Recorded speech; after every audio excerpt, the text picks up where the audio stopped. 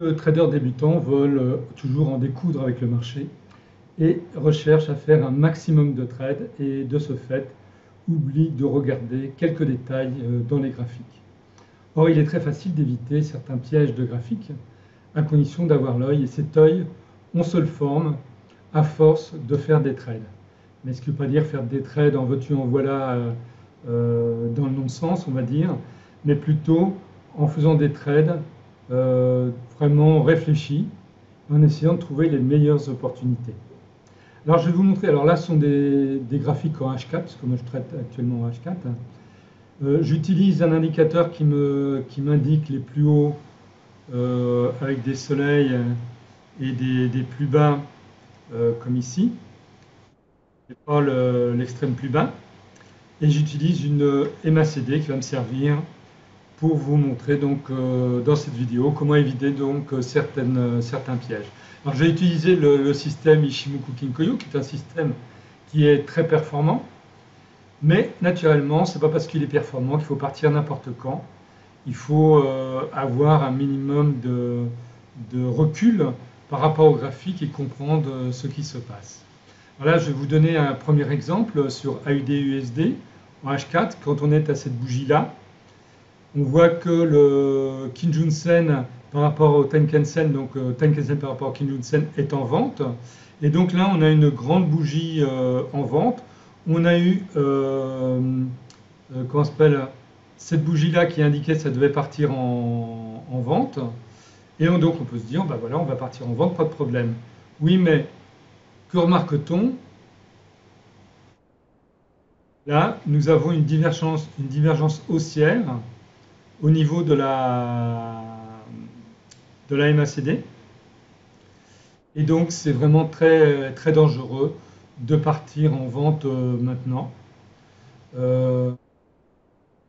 Partir en achat, c'est également dangereux. Ce n'est pas parce qu'on a une divergence haussière qu'il faut partir en achat. Vous voyez, même si cette bougie-là repartait vraiment en achat, il ne faudra pas partir en achat. Pourquoi?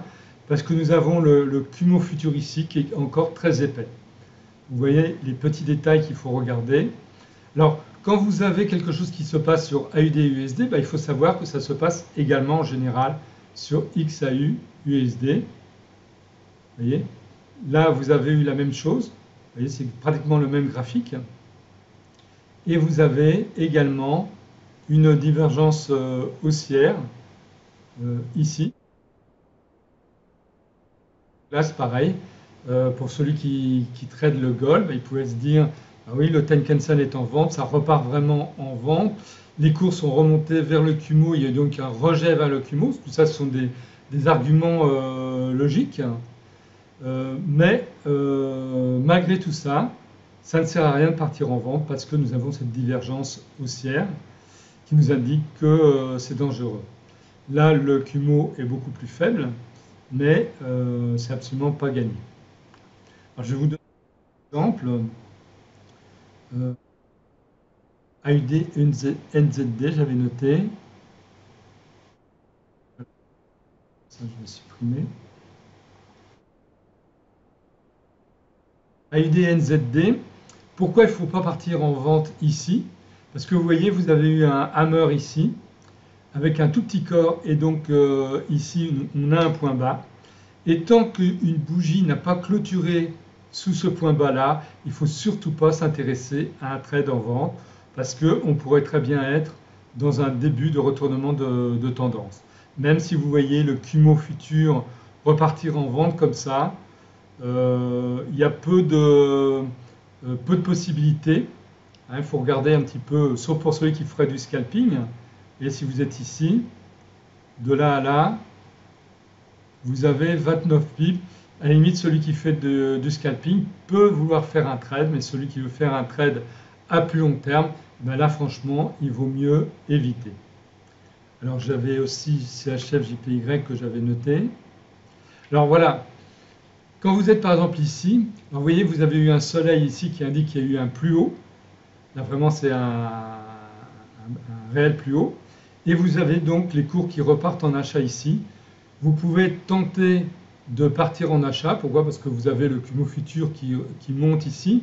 Senkunspan A qui monte, Senkunspan B qui monte, vous pouvez vous dire, bah oui, ça va repartir en achat, ça va casser cette résistance-là. Et ce qu'il faut remarquer, c'est que ici, bon, vous avez des plus hauts, des plus bas, des plus hauts, des plus bas, machin, et progressivement, ça s'affaiblit. Vous voyez, le plus bas est ici, ça fait, c'est plus faible que ce plus bas qui est descendu rapidement. Donc là, ça descend beaucoup plus faiblement.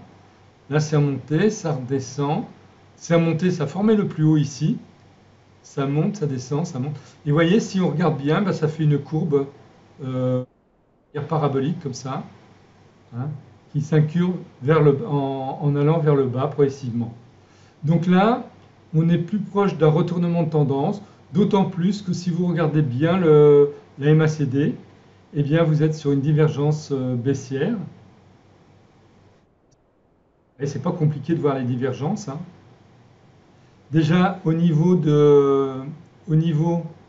du graphique, vous pouvez voir déjà qu'il y a cette faiblesse dans l'augmentation des cours.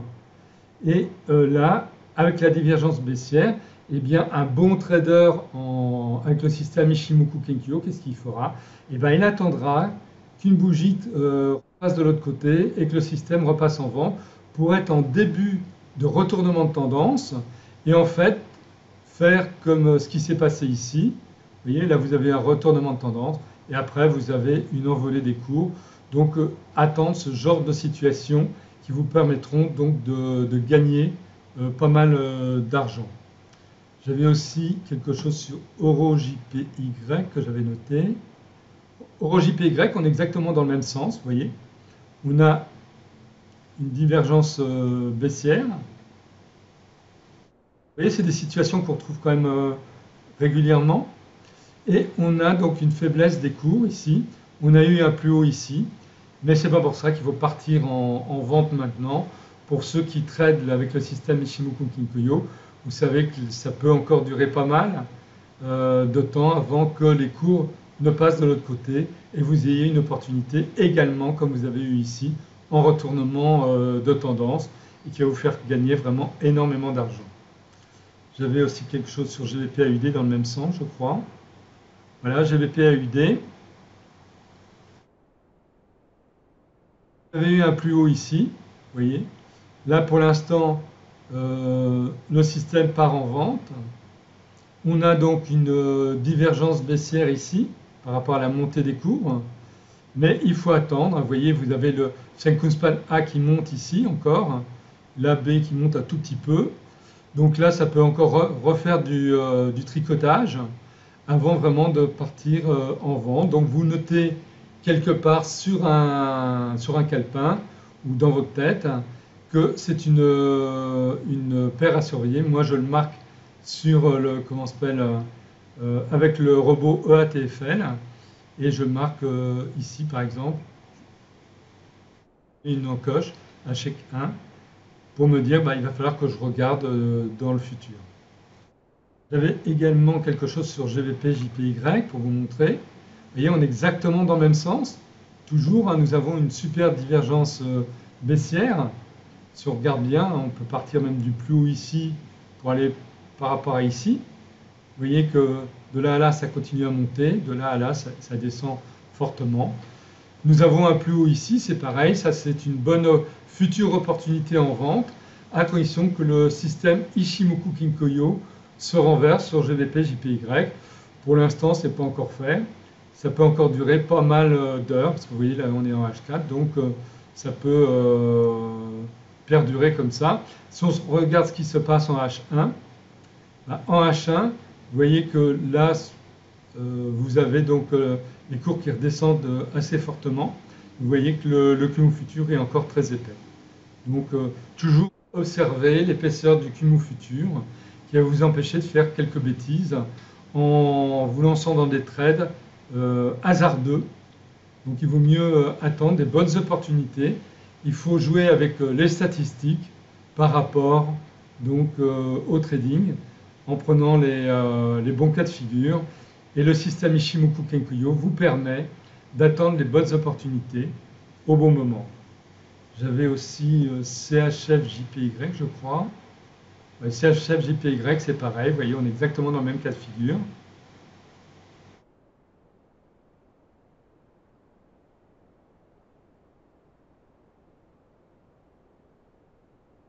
Là, une divergence baissière ici, vous voyez, qui est très nette. Et on a eu un plus haut ici. Progressivement, vous voyez, ça montait, puis là, ça commence à faire une descente. Mais nous avons le Kumo futur ici qui est encore épais.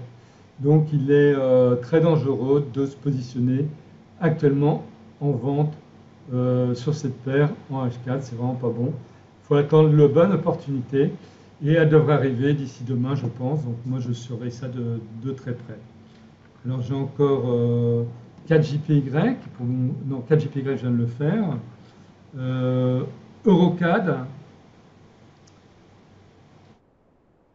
Alors voilà le genre de piège de graphique, hein. Il ne faut pas trader un graphique comme ça. Quand vous voyez un graphique comme ça, vous ne le tradez pas, c'est un graphique complètement brouillon, hein. Vous écartez cette paire-là de votre trading, même si vous avez des signaux qui vous disent allez en vente. Vous voyez là, vous avez la MACD qui passe en vente. Je pourrais avoir des signaux avec le robot EATFL. Je vous rappelle que ce n'est pas parce que vous avez un signal de vente ou d'achat avec le robot EATFL qu'il faut partir en achat ou en vente. Il faut remettre toujours dans le contexte du graphique et ça va vous permettre d'éviter de partir dans des trades complètement hasardeux et qui vont finir par vous causer des pertes. Alors j'avais aussi Euro CHF. Et Euro CHF, c'est pareil, c'est un graphique qui est assez brouillon. Ça part en achat, ça part en vente. Alors ça peut être des graphiques qui peuvent être intéressants à trader en scalping, vraiment à très court terme, mais pas pour des trades à long terme pour vous rapporter beaucoup d'argent. Alors vous avez aussi Euro GBP qui est un petit peu dans le même esprit. Vous voyez, c'est toujours un peu brouillon. Donc moi, c'est des graphiques, je vous déconseille de trader. Et dès que vous voyez un graphique comme ça, eh ben vous passez votre chemin. Il y a suffisamment de graphiques corrects pour éviter les mauvais trades. Alors ici encore un autre exemple de graphique à surveiller actuellement sur GBP/AUD. Vous voyez, vous avez ici un plus haut. Et là maintenant on a bientôt épaule, tête, épaule ici qui risque de se former là. Et si les cours arrivaient à passer le Kumo, pour l'instant c'est pas fait parce que nous avons encore le Senkun Span A ici qui remonte, mais nous avons une belle divergence baissière ici. Vous voyez, avec la MACD, qui nous indique que, va falloir juste être patient et ça va nous permettre certainement d'effectuer quelque chose parce que on a une divergence baissière, on a une pattern épaule, tête, épaule qui se forme. Maintenant, il ne reste plus que le système Ichimoku Kenkoyo passe réellement en vente pour effectuer un trade correctement. On a GBP USD aussi quelque part. Alors oui, GBP USD, je vous le montre parce que là, il y en a beaucoup quand ils voient une situation comme ça. Là, ça c'est une pattern de retournement de tendance, plus ou moins, mais qui se heurte au Kumo ici. Eh bien, il ne faut surtout pas partir en achat, d'autant plus que nous avons le Kumo futur qui est épais ici. Vous voyez, quelqu'un qui serait parti en achat ici, eh bien là, pour l'instant, il aurait pas mal de pertes. Et vous voyez que la MACD repasse ici en vente. C'était complètement prédictible parce que les cours se heurtent au Kumo. Il ne faut jamais partir en achat ou en vente quand les cours se heurtent au Kumo.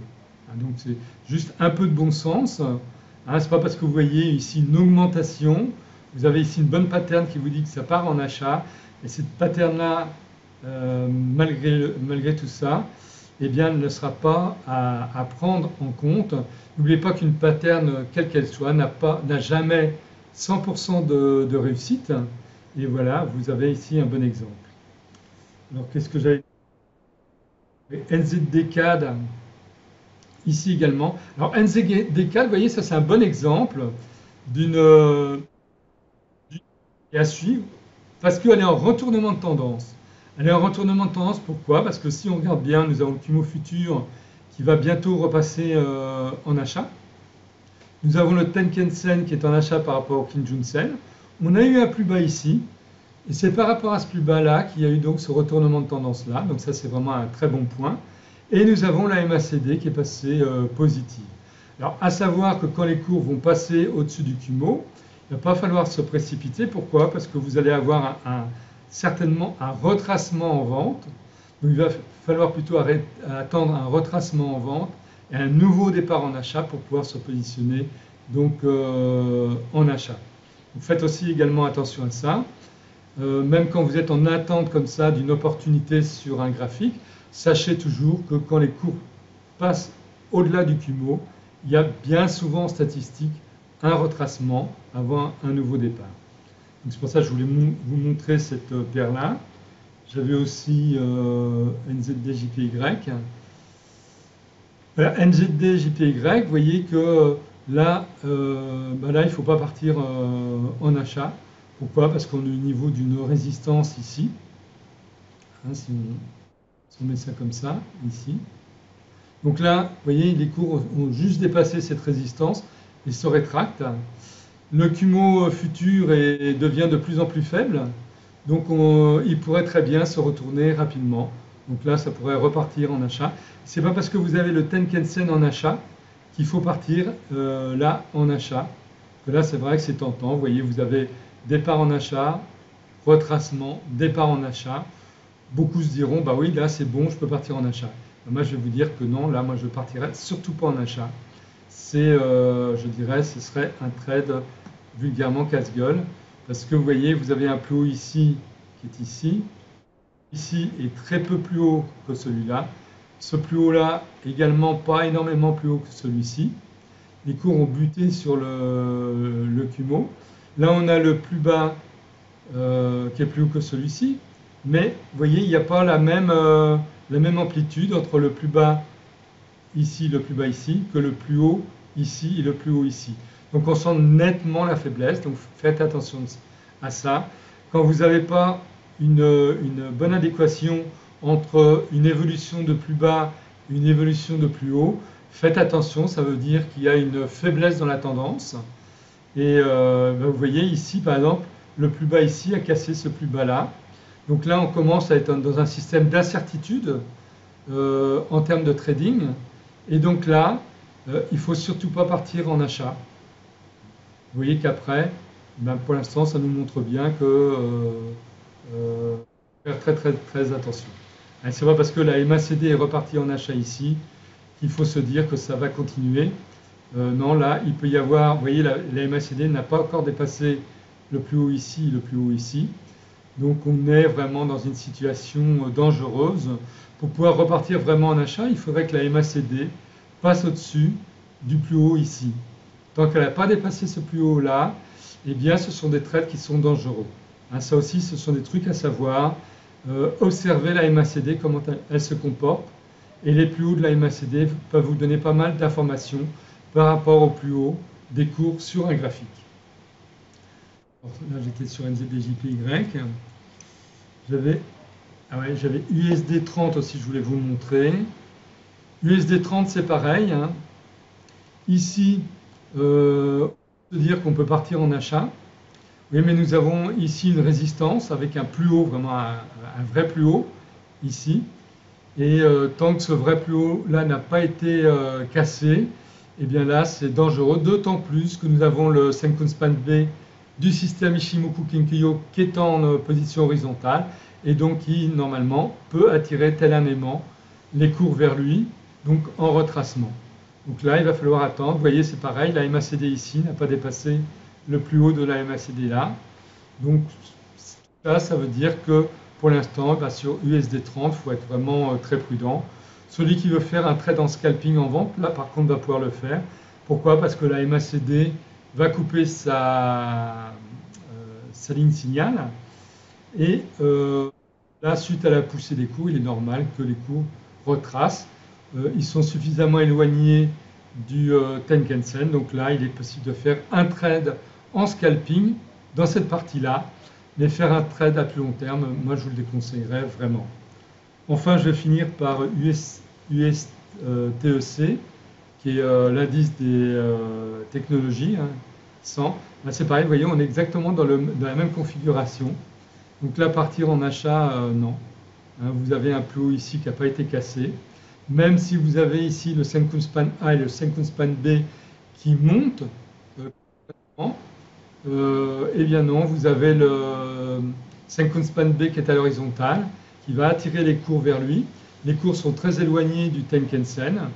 Vous avez ici une résistance forte qui est vraiment pas très loin, vous voyez, hein, les cours sont ici. Hein. Donc là, on est vraiment proche de cette résistance forte-là. Et vous voyez, ça c'est le genre de trade à éviter.